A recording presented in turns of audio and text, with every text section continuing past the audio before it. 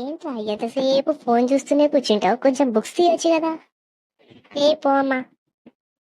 రే, చెప్తుంది నీకే. అబ్బా పో అమ్మా. మూతి వెలగొడతా ఏ పో ఈ పో అంటే. నోరు మూసుకొని బుక్కులు తీ. సరే సరే గరంగా కీగా తీస్తీ.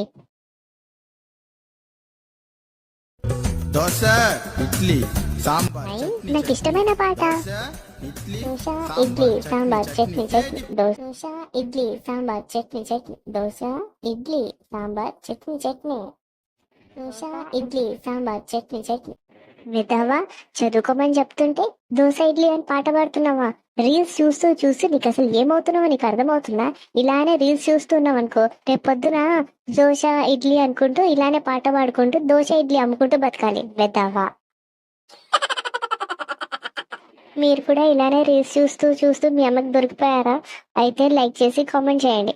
మరెన్నో వీడియోస్ కోసం మన ఛానల్ని సబ్స్క్రైబ్ చేసుకోండి.